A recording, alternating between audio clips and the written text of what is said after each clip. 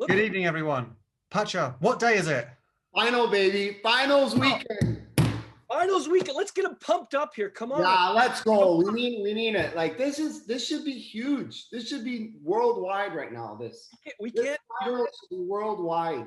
Forget about the first 4 weeks. We're into finals weekend, This baby. is this is winner takes all. This is winner takes all. It's right there behind Luke's shoulder. Look at that. Oh, Look wow. at that. The unnamed trophy. What should we call And it? you guys couldn't even qualify for that tournament. We would love to have a chance to play for that, but we didn't even qualify. Cardiff either. You didn't qualify. There's only 4 teams in the UK that qualified for that tournament. I hope the fan bases are as excited as me and you, Pash. I'm fired up. I am really looking forward to this. Oh my. I got some good inside info. I think we got it nailed. Let's go. Let's get going. Let's go and let's not swear.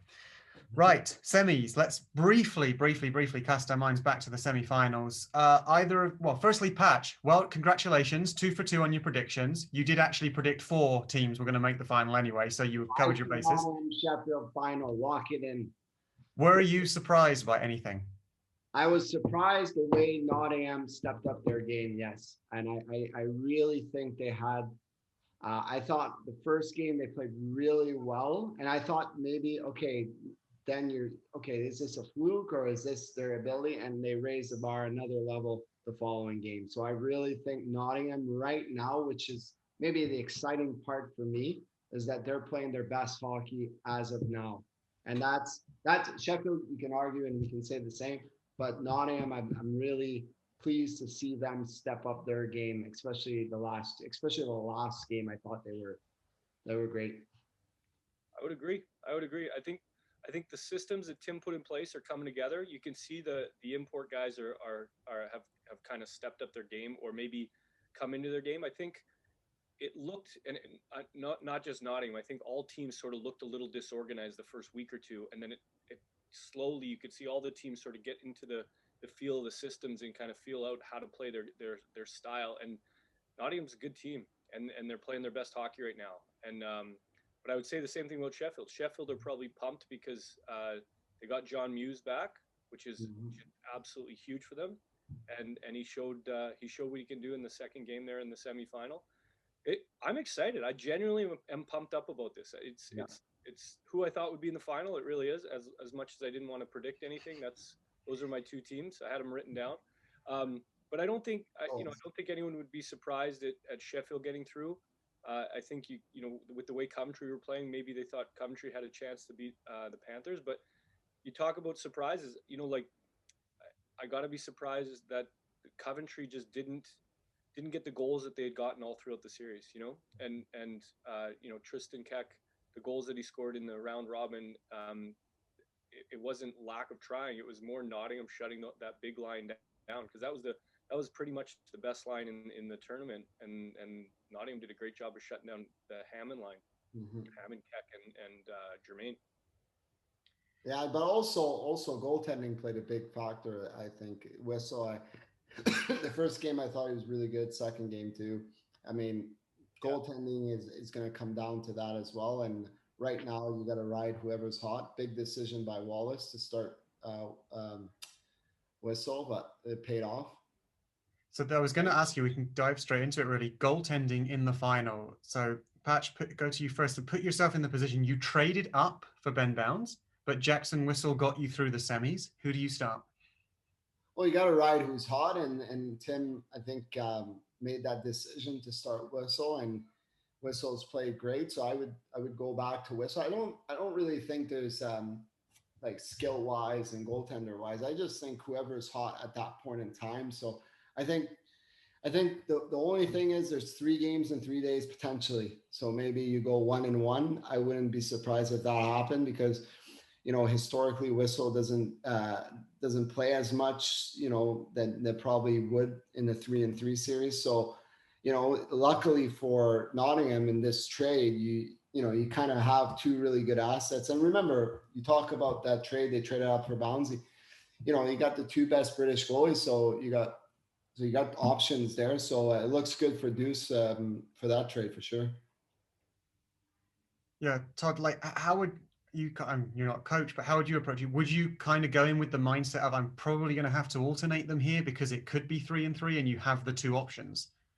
It's an interesting one, right? Because I agree with Pash. I think I'm sure Tim will start Whistle on tomorrow night on Saturday, and I guess the question I think if Nottingham win, he'll go back. He'll go right back with Whistle. I really think he will. And but if they lose, I think he'll go with Bounce.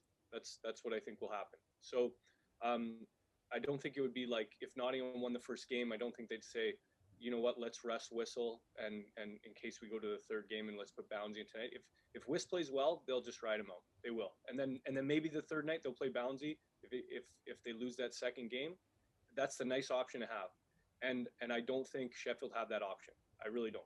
I mean, I know how well the two young kids have played for Sheffield, the goalies, but I think, I mean, Muse is a legitimate former KHL goalie. Like they will ride him. He'll play all the games. He'll play all 3 games unless something happens to him. But Does this give Pete Russell an interesting dilemma now going into Riga? Because most people would have thought Bounds is the GB starter, but here we have Whistle backstopping a team now into a finals. I think Pete. I honestly think Bouncy probably still will be his guy going into the World Championships. I'm sure he'll start the first game, but I think what it does is you'll probably see a more even split of games at the Worlds rather than Bouncy taking on the lion's share of the games. I think he knows what Wiss can do. Good for Wiss, good for him, and good for both of them because that's a tough thing for to be competing. Who would have thought they would have been on the same team for this tournament, and they're the two best goalies, the two GB goalies who will be competing for that number one job. But I think knowing both of those goalies and especially knowing Bouncy, he's a good team guy. So he's gonna be the first one congratulating Wiss on a big win. He just wants to win. Bouncy likes to win trophies. He does, and if he's on the bench or he's in the goal, he'll be happy. Exactly. Right. So it's interesting, and it's a position he's not used to being, right? He's not used to watching someone else start, but he'll be happy to win either way. Let's skip back to John Muse as well. So he came in for the semis. He made 23 and 28 saves here. Sheffield, they do give up quite a lot of goals, but if your goalie is still pulling off almost 30 saves, I mean, he's definitely made his mark now in this.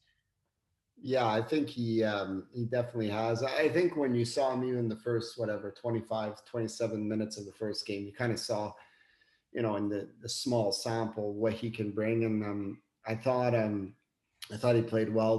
That's the first and the second game too. And I think Manchester made it really interesting because they scored some nice goals for the second game, but how Sheffield came out the second night and how he was able to make some timely saves. I mean, that was probably the big reason why, there was a spread in the scoreline. But no, he's going to definitely be up there, to challenge Whistle on, I guess, tomorrow and see. But yeah, I think defensively, Nottingham will have to be strong, and offensively, to generate as many chances as possible to get by him. Let's talk defense, because certainly sitting here, you watch the games and with the Panthers, you sort of look up and practically every time you look at the ice, Mark Matheson is on the ice. Like he's playing 25 plus minutes. And I don't know about you, Todd, but I never really appreciated just how good and how much time he has on the puck. Yeah, no, I would agree. It's something that, like, I think I actually mentioned it the last time, was how impressed I have been with him. Yeah, you're right. He always has the puck. He seems to have it on a string. He's all over the ice. He's behind the net. He's all that kind of stuff. He's everywhere. But you know what? I honestly think in this final, if there's one bit of advice, I guess, or if I don't even think they'll be watching, but man, if I was going against Sheffield, don't give up odd man rushes. They are so good on the rush. Like as good as Matheson is, man, I would be like, let's just keep it tight as much as possible. Keep it tight at the back. Let our forwards do the work. We don't need to pinch. We don't need to jump in. We just need to be as much as possible. Make sure that we're not giving up 2-on-1s and 3-on-2s. Look how many 2-on-1s they're scoring on Sheffield. They're so good on the rush. If you give those guys time to escape, they can do some serious damage. So I've watched for 4 weeks now. D-Man trying to stop it could be Eberle, and Dowd. It could be Everly and Olden. It could be Kirk and Dowd. It could be like there's so many combinations of guys that are scoring goals. Just stop giving up odd man rushes. They picked apart Manchester last game. They really did. Patch, if you were coaching against this Sheffield team, how would you kind of set up? Because you know they're running in like 5 a game at the moment. Yeah, I would really take what Todd said and run with it. I would really make sure we have a third man high. If you're 100% sure, goal. But I would certainly play a system where we would avoid, especially keep it tight in the neutral zone. Do not give them time and space to make plays on entries. And that's the thing. When you have such a powerhouse like Sheffield in this tournament, offensively, you got to make them play a game that probably they don't really want. So force them to make plays at the Blues or at the Red. And then that will make them not enter with possession. And that's what I would advise them. And I'm sure Tim and Deuce have that in place right now because I think they got better progressively, not like giving as much, I guess, on man rushes and 3-on-4-on-3s and whatnot. So yeah, I would really, really make sure to avoid all turnovers, especially at the Blues, and to avoid giving them more time than they need in that neutral zone. Because that's the thing. When you come in with speed, they have active D-man too that join in. And that's where they get it paid too, because they're really good at it. And one thing I've been impressed with Sheffield, they always have guys driving the net hard. It's not like a team that'll sit back, try to make that pretty. There's always one guy driving hard to the net. And that's how I would play them, because the tighter it is, I think it's a big advantage to Nottingham. But if the game opens up, that's where I think Sheffield will just take over. And hence why I think slightly an advantage to Nottingham this best of 3, because if you would play Sheffield, for example, they would take a quick 2-3 goal lead, which they have in the past easily. You open up the play, it'll get worse and worse and worse. And maybe by game 1, the series is over. So maybe at this point in time, if they do have a bad start, they stick to their system. They may come back, they might not, but at least there's 2 other games that they can, compete for. Yeah. And really no risks in the first minute of a period. No, absolutely. The Steelers scored in the first minute of a period. First 30 seconds, it's nuts. Just win the draw, dump it in, and just sit back for 59 more seconds. Tire them out a little, let them get one shift without a goal, and then just get going. We joke about it, but Sheffield are an offensive powerhouse in this. They're scoring 5-6 goals a game. They're averaging over 5 goals a game. That's incredible. And you just gotta slow it down. I agree with Pasha. If the final was either a 2-game series or a 3-game series, 2-game total goals, total advantage to Sheffield. 3 games I don't think gives them an advantage in Nottingham. I think it gives them a better chance of winning not than Sheffield, than if Nottingham was in a 2-game series. I agree. I think Sheffield are the favorites, and I think the Panthers are coming in as underdogs, and I think they know that. But that's the beauty of sport. That's why we all play, because it's fun, and you want. I think a lot of people will be cheering for the underdog, not just because Sheffield are favorites, but because everyone likes the underdog story. And I think right now the Panthers are the underdogs. Yeah. We talk a lot about Sheffield's offense. It's worth remembering the blue line as well. You got Saxford Danielson, he's plus 18 in the tournament. Baudry's plus 16 in the tournament. They got Sam Jones, who's now been called up to GB. Schultz as well. They're not exactly short of good defensive options either. Well, that's the thing. They're deep everywhere. Let's be honest. Sheffield are deep everywhere, up front, in the back, and you've even seen it in goaltending. But the one thing I've not seen yet, and I do think there's potential there, they haven't really made it hard on the other team to play. So, for example, if you're going in and you're chasing them all over the ice, I think, again, advantage Sheffield, because they'll outskill you, they'll skate you, they'll make a pass, and they'll go up the rush to D-man. So I would make sure to always keep D-man in front of you. Don't let them skate by you, because they're really, really good at activating off the rush. Really good. And that's why you see all those pluses. You probably see a lot of those points. You obviously see a lot of, offense coming from the back. And if you are able to keep them in front of you, again, that will give Nottingham's better chances of winning. But yeah, obviously really good that their decor is the best in the tournament by, I would say, a mile. Yeah.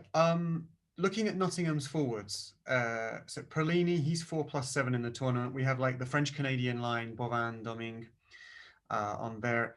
What have they kind of got to do in this game? Because teams have put goals past Sheffield, but not kind of with enough, let's say, regularity to really cause them problems in the last few games. They need the guys from Nottingham, the guys you just listed. No bones about it. They all have to score. Cangliosi has to lead the charge. Boivin has to lead the series in scoring. Perlini needs to do his thing. Like, I was impressed with Griffiths. Griffiths played on the top line there the last game and played really well.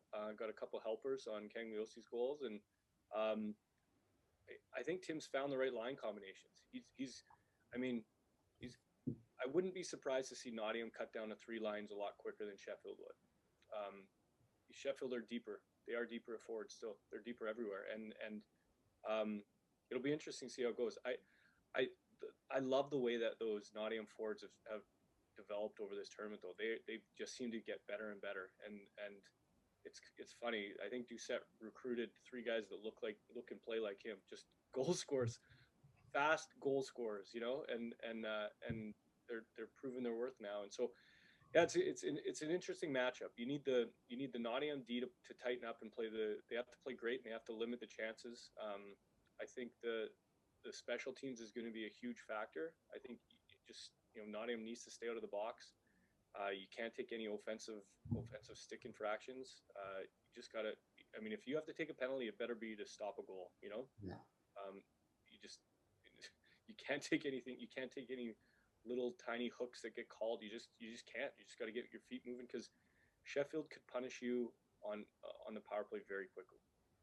With regards to the Panthers there, we mentioned those guys, but is it also secondary scoring here? They're going to need another line to kind of come up with something in this. Yeah, I think so, but I think they really have to play tight defensively. If they win the game 2-1, 3-2, that's their game. That's how they have to vision it. So I would make sure the focus has to be play well with the puck, keep it away from your zone. Simple as that. And obviously limit turnovers at the lines. And I think that will already give them a drastic advantage, not advantage, but they would improve their chances to win. You saw some scoring off Kangalowski, Deneen, and Griffiths line. You saw some scoring throughout the tournament from Betteridge as well. I mean, this is a playoff series. I mean, we've all watched NHL. Sometimes the game-winning goals are off guys off the 4th line, 3rd line, but it's because it's tight games. And as long as Nottingham have that mindset of not necessarily taking risk, but more like timely risk. And I don't say change your game, but really limit your mistakes against them, because this is a team you make, 2-3 mistakes at the blue lines, and that's 2-3 goals in the back of your net. It's not 1, it's not 2, it's probably 3, so limit that. And I wouldn't necessarily worry as much about scoring unless, the games open up, and then you'll have to get scoring from everybody to follow Sheffield. We talked quite a bit there about sort of how Nottingham have to approach it. What have the Steelers kind of got to be concerned about in this game? If you were Aaron Fox, what would you be looking at and thinking, okay, we've got to make sure is it giving up goals? Because they have given up quite a lot in this tournament. I think the Steelers, it's a similar game plan. Like they want to play as open as possible. They got to stay out of the box. 5-on-5, they've been the best team. But they just want to move the puck quickly. Quick transition is their game. They want the D to move it up to those forwards. Let those forwards do what they're doing so far. They get the puck in the neutral zone. They just drive, and they're all fast. It seems like any one of them can punish you. I want to talk about 2 specific players, one on each team. Okay, Luke? Is it the 2 I've got written down? Maybe. Hey, you tell me who you've got written down, and I'll tell you. So from Sheffield, I had 2 options, because Eberle, 15+12, and I think a guy that's completely underrated, Josef Makiska, 2+18 in this tournament. Well, we can talk. Why doesn't Pash talk about them? I've got 2 other guys I want to talk about. Well, I was gonna say if I'm Fox and you see maybe the first 10, 15 minutes, the offense is not there, I would just make sure the guys don't get frustrated. I think the biggest thing for Sheffield is to not get frustrated, especially if Nottingham start well, like we've talked about, and they've limit a lot of their chances. And that's the one thing I would make sure, because these forwards are maybe used to now scoring, so they'll expect to score really early. So as long as they keep the course, I mean, I if I'm him, I'm just saying, just play your game and you should be fine because they've done it. But Todd said discipline. I think if you have to pick players, I mean, Eberle has been really a standout for me.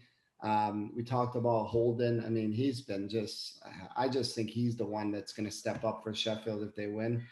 And like their D core is going to play the way they've played. I mean, they have everything at the back, I think. So those are the two guys specifically. Robert Dowd is obviously, you can go down the list of everybody they have. I mean, it's as simple as that. But if I had to pick one, I think a guy like Holden, since the start, has impressed me. Maybe not have the numbers the other guys have, but he just does the small things and the details. And he's so hard to take the puck off too. And yeah, I think he and obviously Eberle. I mean, 8+8, Alden, not too bad. You want my two guys that I Go want to talk? All right, I'm going to talk about two British defensemen that got called up to GB. Okay, Josh Tetlow for Nottingham Panthers. First of all, we'll start with Josh Tetlow. This guy, I've watched him for the last couple years, and he has improved so much. He's improved as a skater. He's so big and strong. He is this kid's going to be so good in this league. He really is, and he's a great person. But he's played more and more minutes. He's playing with Matheson, learning from the top pro on his team. Probably just hopefully just soaking everything up like a sponge, learning how to be a pro. But he has improved over this tournament. You've just seen him develop as a player, way more confident with the puck, getting some power play time. I love the way he's playing, and he's just going to get better and better. And he is ridiculously strong. I think when you're that big, you're just strong automatically, right? He's just kind of he's still young enough where he's got to grow into that frame a bit, but he's had a great series, and this is the kind of thing that has been so great about the lower number of imports for this tournament is the fact that guys like him have gotten additional ice time and proven themselves. And I mean, he'll be a regular on the Panthers for years to come. So he's done tremendous. And the other kid is, and I love the way this guy plays, Sam Jones. Yeah. That goal he scored the other night, that for a defenseman, that was so well taken. Yeah, I love. I don't just love him because he wears number 44, my favorite number, but I like to think that's why he chose it. Except he probably was born about 10 years after I finished playing. But no, I love the way he plays. He plays with an edge. He's, I mean, smart signing by the Steelers. I think everyone in the league probably would have loved to have this guy. He's young. He's going to be there for years. But he's over the tournament. He's really developed. He's getting power play time as well. I love the way he plays. I really do, and he deserves the call up to GB, and it'll be interesting to see how they do in World Championships. But yeah, if you're a British hockey fan and you're watching this final this weekend, keep an eye on Tetlow and Jones, because the imports are doing great, and it's fun to watch them, and like you can't take anything away from a guy like Tanner Eberle who's I mean. I think he's been secretly playing somewhere under a different name all year, because how is he this good after taking months off? But he's at a tremendous tournament. But yeah, the young Brits, it's exciting to watch him, and it's always nice to see those guys doing well. I'll just add this. I agree on Jones. I thought he had a really good series throughout. But I will say Tetlow, the first game of against Coventry of the series, he was outstanding. I thought he was the best player on the ice. So responsible. Every play he was making was efficient. Used his size well, strong defensively, and that's when I say when Nottingham playing their best hockey, it's mostly because their D-core are playing really good too. And I think that's what happened too with Tetlow.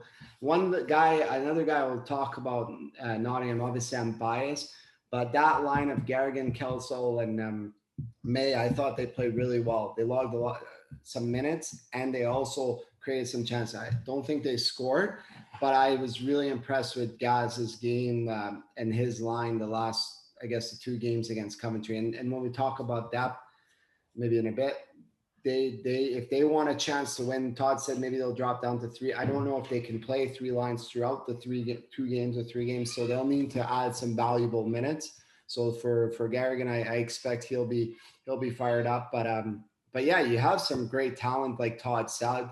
You know, you mentioned Tetlow, Jones. I mean, the Brits, Perlini on that line with Boivin and Domingue. I think he's just a rock there with them. He's just making them look good too, and he's providing. So, like Todd said, it's great to see the Brits really not only being good players, but really important for their team. And I would say the Brits for Nottingham need to play their best hockey to give them a chance to win. Yeah, I think a few people talked about the lower lines for the Panthers. They've got Hook, Lakovic, and Betteridge, and even Aaron Fox has pointed that out a couple of times. Like for a third line, that's pretty good. And then, as you said, the fourth line there, Kelsall. I was just checking his face-off stats. He's 51 wins, 51 losses, which for a guy on your fourth line, every time I look at him, he seems to be winning face-offs. But he seems to come out there a lot of the time, defensive zone, and then they just get the job done.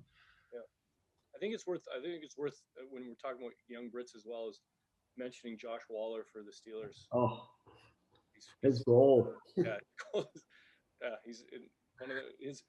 I think his nicest goal didn't finish in a goal. Do you remember the one when he went basically? Yeah. But yeah, he's got some speed. He's an exciting player to watch. He's had a really good tournament as well. I mean, the forwards from Sheffield. Let's be honest. Like they're all legit. Like even like. Okay, I know Hewitt was there to like as maybe as some depth, but I think he's been one of the best British forwards. You know, Myers too. You know him from Cardiff. I mean, they just have so much step up front, Sheffield. That's a scary thing if you're Nottingham. You look down their roster, you're like, who's our matchup? Who we're playing against? And that's when I think that's the advantage I think Sheffield have is that depth from forwards to the back as well. Okay, let's come on to some predictions because we could keep going down the roster for a while. First thing, Patch, just given how we know Sheffield score early goals, who would you put out? So we've got Whistle in goal. Who would you start from the Panthers to get through that first shift?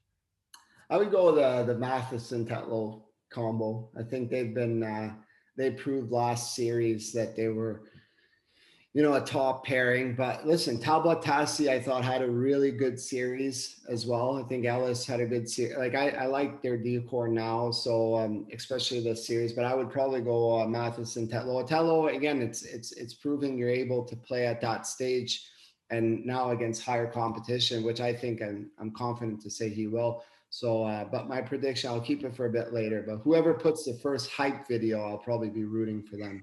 And I need a hype video. I need like something like a final Sheffield Nottingham, like. Yeah, Sheffield Nottingham in the final. Like there has to be more hype right now. Like, is everybody talking about this final in Nottingham? Oh yeah, literally. I went outside and all I could hear was people talking about it. Okay, well, good if that's the case. But I was in the rink car park and there were just players coming in and out. But okay, perfect. Well, make sure everybody in Nottingham listens to it. So the first hype video, I'm rooting for them. This is just, we just need you in a cage with a thing of hockey sticks, just banging them around, Pash, getting them all excited. No. That has to come within, whether it's Nottingham or Sheffield. Somebody has to put a hype video. All right. Okay. But predictions. Firstly, I'm going to make this easy. How many games? Because we've got the option to go 3 here. How many? I'm going 3. I hope it's 3. I really hope it's 3. I really do. I want it to be 3 so bad. I know the rink staff probably don't because they got to work on a bank holiday Monday, but I really hope it goes 3 because they both deserve it, man. They deserve one final game like that. It would like the fans have been crying out for us to do series for so long, and we talked about it last time. But to actually see what that would be like, I'm with you. I think going 3, if it went 2, like congratulations if someone wins it in 2. But we've never had this before here. To have like literally winner takes all shootout would be so good. I think 2 or 3, I guess, is your prediction. No, no, but my prediction would be if it was a 2-game series, I would say Sheffield for sure would have won. The fact that it's 3 games, I do think at the minimum Nottingham will steal 1 and will take 1 because they won't have to chase the game, if that makes sense. So if they're down, they'll play their way, and I think they'll gain confidence in that. So, and if it gets out of their way while it's finished, the game's over. There's at least another one. So I do think it'll go 3 as well. Yeah, I don't. I'll make the same prediction as last time, and I'll be right. So I'm guessing. I'm going to guess your prediction now, Omar. I'm guessing you're going to say you think Sheffield will win, but Nottingham have got a 99% chance of also winning. No, I said this before. I'm good pals with Deuce. Garrigan, I really like his series. I don't know. I'm on the fence right now. If I'm being honest, on paper, the team Sheffield is better. Let's just be honest here. Throughout the tournament, I think they've proven to be better. So if this trend continues, Sheffield will win. But I don't know. I'm gonna whatever Todd says, I'll say the opposite. Todd, you have to make something, and I'll say the opposite. Once again, I'm a tournament director for this in this role. I'm wearing neutral Coventry blue today. I'm not wearing orange, or I have my orange shirt and my gold shirt. Not wearing today. I'm not making a prediction. What I want to say is Sheffield are definitely the favorites. There's no question they're the favorites. They've been the best team from start to finish. Whenever the few games that they've lost have always been quite an upset. They really have. But Nottingham are playing the best they've played. So if any team can beat Sheffield in this tournament in a 3-game series, it's Nottingham. I'll say this. I said last time Manchester were the worst matchup for Sheffield, right? But the fact that I saw Nottingham those 2 games in the series, and I said that, if you remember, you probably have it on tape still, that Tape. Tape. Here is it. What is that I said I'm waiting for Nottingham to explode, and they did that series. What a fact over your predictions there, Pash? So You just telegram those over to me. That would be great. Thanks. I don't know. I'll say Nottingham because I always like the underdog. So I'm going the underdog. There you go. There you go. Nottingham to win in 3 overtime. As long as you know what, I don't even care. Overtime, 3rd game. You know what I have to say? One of the best games I've ever been at the Final Four was Cardiff Sheffield overtime, and I think we're sorry to say this, Todd, where Levi Nelson. We really wish that one went to a shootout. Yeah, I want to see that, like a 3 OT game winner. If we got to 3-on-3 overtime here, and this was something we were thinking about actually with the Manchester Sheffield game, because a lot of these Norwegians, Europeans, they skate incredibly well for 3-on-3. Who do you, we're playing 5-on-5 now, but we're just going for longer. Do you think one team or the other, with age or with anything, the number of games they've played in recent weeks, would be a favorite in overtime, or is it just how loaded offensively a team's going to be or not? Nottingham would go for it. If it's overtime, they've got like a minute 10 to score a goal, or they're screwed. They've got their plan for overtime, and it's a good plan. And no, they got it. They have to win the face-off. Once they win the face-off, they might have a chance. They won the face-off in that other game, didn't they, against Sheffield, and then conceded after 11 seconds. So, no, but the thing is with Nottingham, and again, I go back to they're playing like the last 2 games. They've really played to the level I think they could have. I couldn't say that throughout the tournament. So Nottingham really stepped up their game, and I think that's the difference. Sheffield have always been like this. So you kind of know what Sheffield will be. Will be really, really good. But Nottingham went from there to there. So now that will make it a lot more interesting. And if it gets to overtime, you got a lot of young players on Nottingham as well. So the energy level might be higher on Nottingham. But I think Sheffield are smarter too and will make smarter decisions at times. Well, let's see. So we're all hoping for a game 3. We can go with that. And maybe, what should we say? Overtime, 2 overtime periods in game 2, just to set it up really nicely. No, Sheffield's going to, like Todd said, if Nottingham doesn't score in the first 2 minutes, Sheffield will score and be game over. My thinking is there's been so little defense played in the first round robin. That was one of the concerns that when we were talking about what we should do for overtime, and the concern was, well, what if we go to 3 or 4 overtimes? What if we go to 2 overtimes? It's another 2 hours of games. And I just said, and I'll say it now, there's no way these teams, with the amount of offense these teams have had, or maybe the lack of defense in the round robin for across all 4 teams, this thing isn't going to take a period. overtime. We didn't even have a shootout in the round robin. In Really? 24 games, we didn't even go to a shootout. No. Is it? So it's 5-on-5, right? Overtime. Yeah, Yeah, 5-5 no chance it's gonna go even to second overtime. But they have to stay disciplined, both teams. That's a big thing too. And maybe, that before you talk about overtime, that's a big thing. If Nottingham can stay disciplined and not see Sheffield's power play as much, you basically don't want to play a game to advantage Sheffield. That's what I'm saying. Like, play the complete opposite that they want to play, and you'll be okay. Only I don't know if you'll win, but you'll be okay. Excellent. Well, we will see, Patch, if your predictions come true. I think you've given yourself quite a good chance of getting your predictions right again. I said Nottingham. I'm taking the underdog just to make Right. it exciting. I'm making Okay. it exciting. I have other thoughts, but I'm saying underdog. Let's go the underdog. But like I said, whoever puts the first hype video, I'll be supporting them. I need a hype video. I need one of the two teams to pump me up for tomorrow. Right now, You have the challenge, guys. And if you're a fan and you want to try and pump Omar up for tomorrow, you know where his Twitter is. 2-minute video of the rivalry, the history, goals, fights, whatever. Hey, they've been waiting for this. This used to be all the time. Sheffield Nottingham. They've been waiting for a cup final for a while now. Yeah, well, this is what they all wanted. This is everybody wanted. Let's hear it. Let's go. Exactly. Well, we will find out on maybe Sunday or maybe Monday who is taking home this wonderful trophy behind I me. ask one thing though to Todd. Todd, tournament, you had to pick before the final an MVP of the tournament. Who's that MVP? Tanner Eberle. No question. Tanner Eberle. I agree. Everyone talks about and Olden. Yeah. Olden's great. Yeah. Olden started on fire. Everyone was blown away at how silky of a skater he was, how well he moves. Tanner Eberle has 11 more points in the same amount of games. He has We're not played this season. Double the amount of goals. He has 15 goals in 14 games. And I know Keck did as well, but Eberle, when he got to the playoffs, Keck didn't score, and Eberle just kept scoring. So he's really impressed me. I would pick him. Your goalie. Goalie? Well, I mean, over the course of the round robin, I would have said Shane Owen.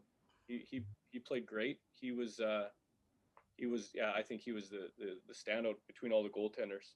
But I honestly think the goaltending is gonna win or lose this final. I really do. No pressure, Jackson. Come on. Or Muse. Or Muse, yeah, true.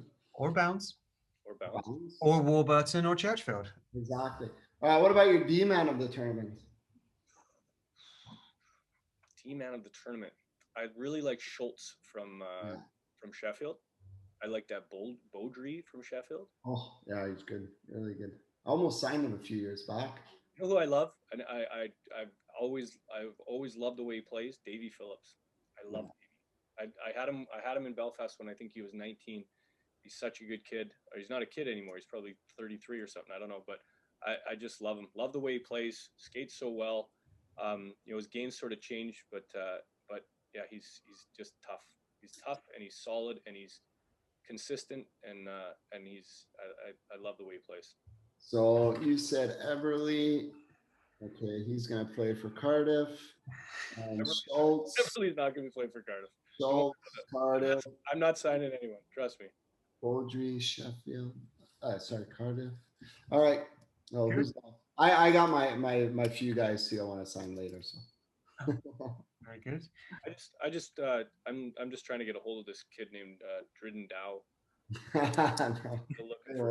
Still looking for his phone.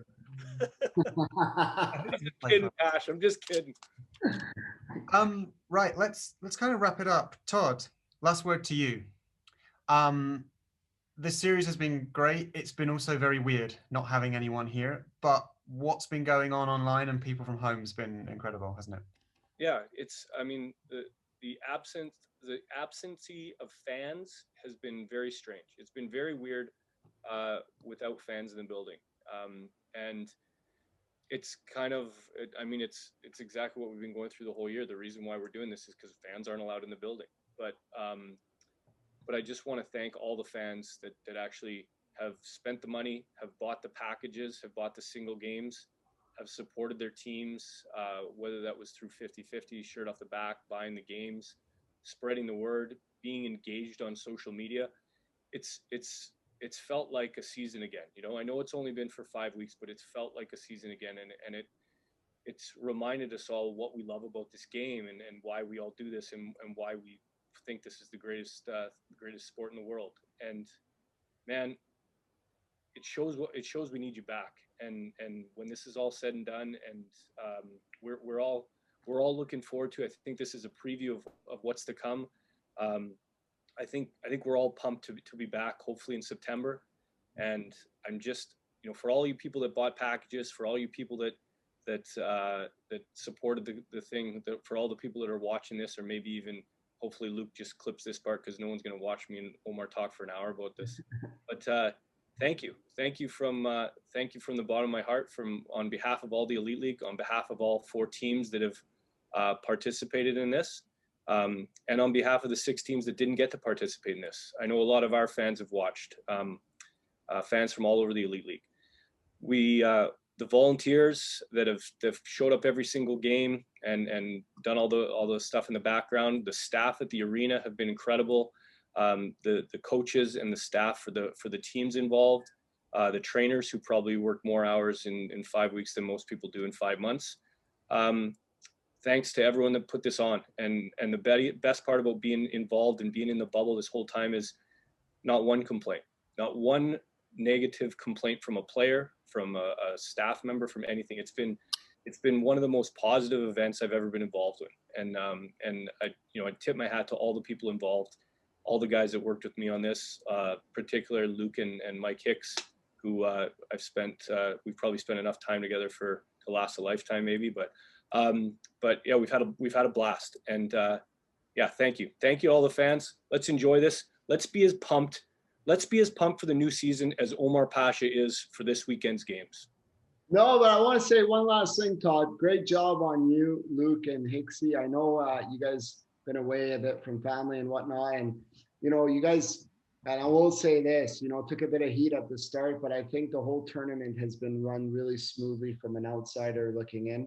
And there's always a bit of criticism or skepticism around the league, but I really think it was a huge positive for the future of the Elite League having this tournament and have you guys run it as properly as possible with the ability of letting the Brits play and showcase themselves before the World Championships. And good job from the media side, from you, Todd, the operations, and Hicksy for the hockey side.